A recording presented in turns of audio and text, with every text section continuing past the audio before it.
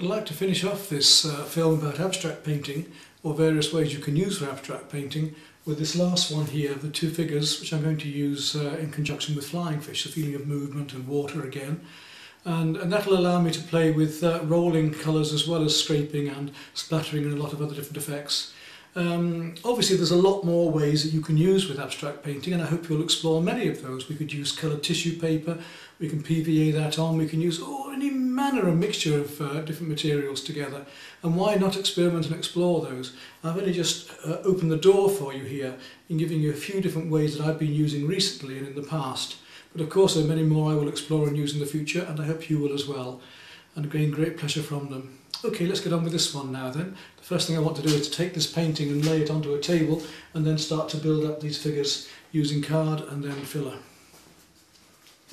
You have to work out first of all just which the highest areas are going to be. We want this fairly far forward than reaching down into this. This area here can just come out lightly from the canvas, probably with filler only.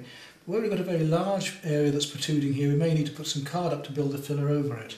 Now last time I did this with pieces of mat card or card mat, and then bent them and siliconed them down and then built around those afterwards, which was quite successful. So we'll try that now. It gives it a good firm foundation because the card with silicone sealant sticks very, very well to the canvas.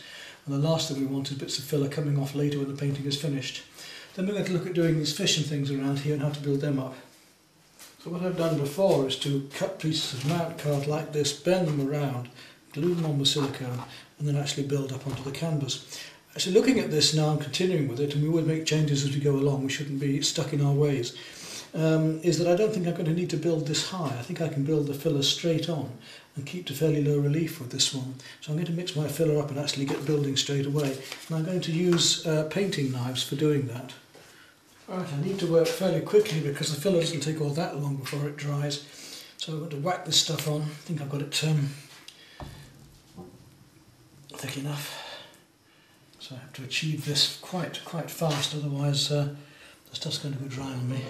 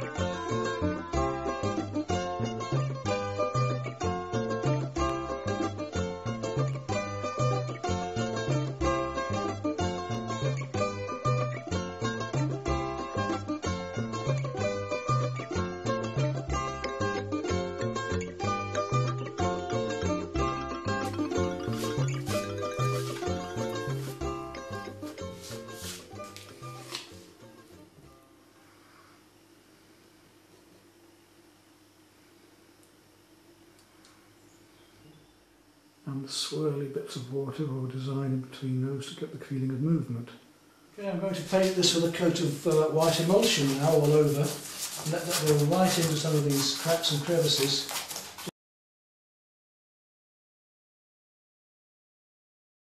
Now here are some of the delightful colours we can use in oils. So we'll be mixing some of the stronger colours with white to make some lighter tones to work up in spiral swirls in the background of this painting.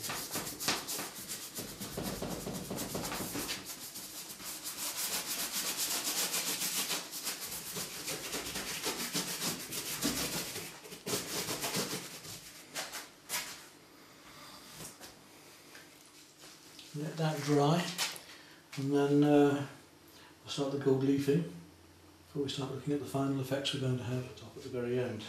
Now what I'm going to do now is use this metallic foil. You can use gold leafing and the special glue to put that on. What we do is we apply this glue first and let it go tacky, almost dry, and then we delicately put on the metallic foil or gold leaf after that. I want to do that in these areas here on the wings of the flying fish and around some of the other areas. And then I'll work paint over that afterwards. This washes off with water, so it's useful. It's dry now and it's time to start adding the gold leafing on, and we usually use a fairly stiff brush for this. Badger hair brush is a very good one for that. A little short brush here, and where we can see the shiny bits now, we can brush on this gold leaf and brush off any excess afterwards. The trick is to try and catch it when it's not too wet, but you can't put it on when it's you can't get the gold leafing on if it dries too much either, so it's a catch-22 situation. I'm doing some glazing with the acrylics now, putting a lot of water with some acrylic and blending it in and around these forms.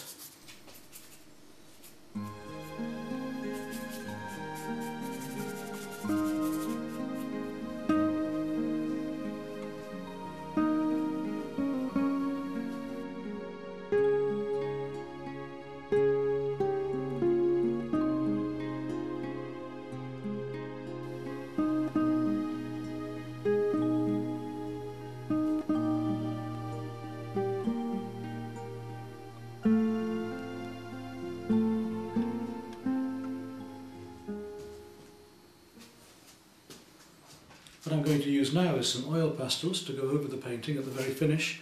Lovely things to use. You can use them over acrylics or you can use them over the oils themselves, and because they can be blended with white spirit or varnished over as well. And you see I've been working up, stumbling over the surface of these figures with the lighter pastels. For instance here, just using a bit of white to bring up the colours. Okay. That's the end of this film. Of course there are many more ways that you can do abstract painting, and I think I'm going to go back and do some more figurative painting now again.